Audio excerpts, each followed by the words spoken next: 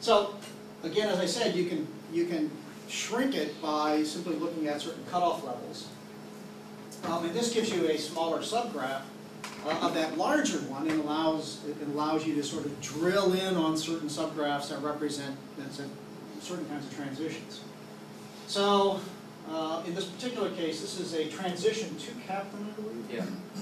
Yeah, so this is a transition to captain. So you could click on this to find out what office that individual held, and then transitioned into becoming a captain. This is a highly efficient way of beginning to look at data. When you ask a basic question, how are people recruited? One of the notes that's not on there is no office. Obviously, death isn't on here either. But it tells you where the last place a person was before they got a captaincy. And you can break this down using the Markov. And the Markov I used to think was very complicated. It's actually really simple. It's a really nice representation of an official ontology of how they think about where they're going to go next. And believe it or not, some of this evidence is borne out by correspondence, where people start complaining and moaning. That you can see that there is actually, by about 59 and 1595, what the Romans would have called an honoris cursus, an idea that you are going to go through transition points. Even though, although this whole structure is highly unstable and completely transitory, it's in place enough that people have already built a sort of structure. So the Markovs help us to identify, from the actual data, where the most probable way of moving into a captaincy would be. So we had the one where we were moving out of a captaincy, and now this is moving into one. The other thing that we've started to do is, and again, once you have the data, and once you have the tool in place, you can begin to look at some more interesting patterns. So you can begin to look at career paths that people may have taken. And again, these are all probabilistic. Whether an individual did or did not depends on the actual data. But these are likely paths that individuals could take. So in this case, here's a path that takes you from one captaincy to another, and then to a captain, and then to... This guy's a weird guy. I actually know this one. He ends up as a governor. So you find all these weird anomalies that people suddenly go off and become crazy office holders in something that wouldn't be predicted. And you can begin to put them together and see where the paths go. He's actually taken from that bigger Markov you saw before. His path is in there. Now, this is a little difficult for someone like me who's colorblind, but I'm starting to kind of figure it out.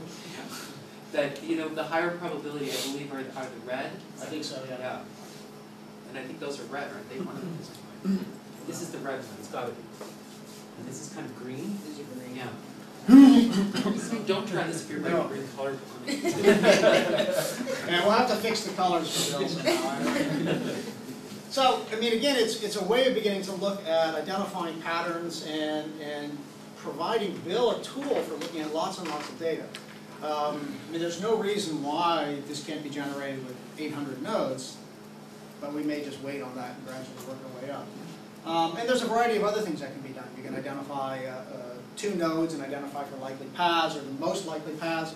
Again, once you have that probability, it's a straightforward computation in order to figure out what that path might be. And so you might ask a question like, well, what's the most likely path from captain to general? And you could actually compute that in the graph, and that gives you a sense of where their careers are going. This is you. Yeah, I'm going to pretend to be Herodotus for a couple more minutes. That's good. Obvious, I think it should be, this first line should be glaringly obvious, more complex than we previously thought, and it really does require computational and statistical structures when you're dealing with it. Otherwise, it's just a vast glomp of information and data. And that's where I started to get to 8 years ago when I was doing all of this work. I have a pretty good memory. Historians tend to have fairly good memories, but I started to get lost after about 100 to 150 people. I kind of knew where people were and what they were doing, but it started to appear from the manuscript evidence. It's really important where you come from and where you're going in order to determine your place in the pecking order. Men are like pack dogs in the military, right? They're sorting each other out all the time.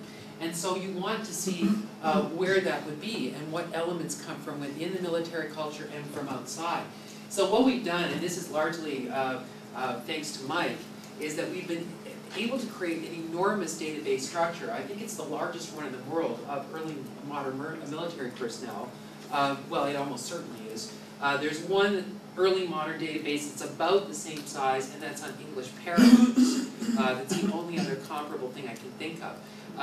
You can use this for all kinds of different projects, as long as you are comfortable with ambiguity, and the fact that you are going to have other iterations, and that your data is just never going to be complete. You may have two people who seem like they're the same person but appear later not to be, that you may not have really good data for birth and death. We're sitting in the middle of this in the 1590s with war and scarcity, and we know that people just didn't keep very good records. For example, Oxford and Cambridge, the matriculation rolls are just sort of gone. We have an interesting population, most of which has been analyzed so far by really good, skilled, highly skilled historians who can give us excellent anecdotal evidence on the basis of material.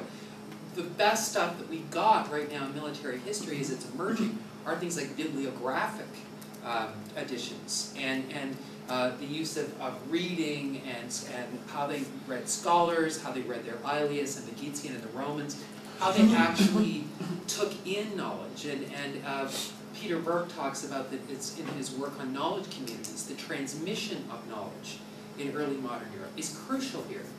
Each of these guys is at some level a recipient of outside information and in turn a disseminator of information. So it's not just their birth, death, and office, but this allows us to create a structure of a population, fairly homogeneous population in the sense of all of them holding an office, but yet an extraordinarily diverse population in terms of them all coming in from all over the place. You are actually, and that's what interests me initially, was this idea of a highly skilled knowledge community in formation. Because we don't need to get into it here, but military expertise is very tricky.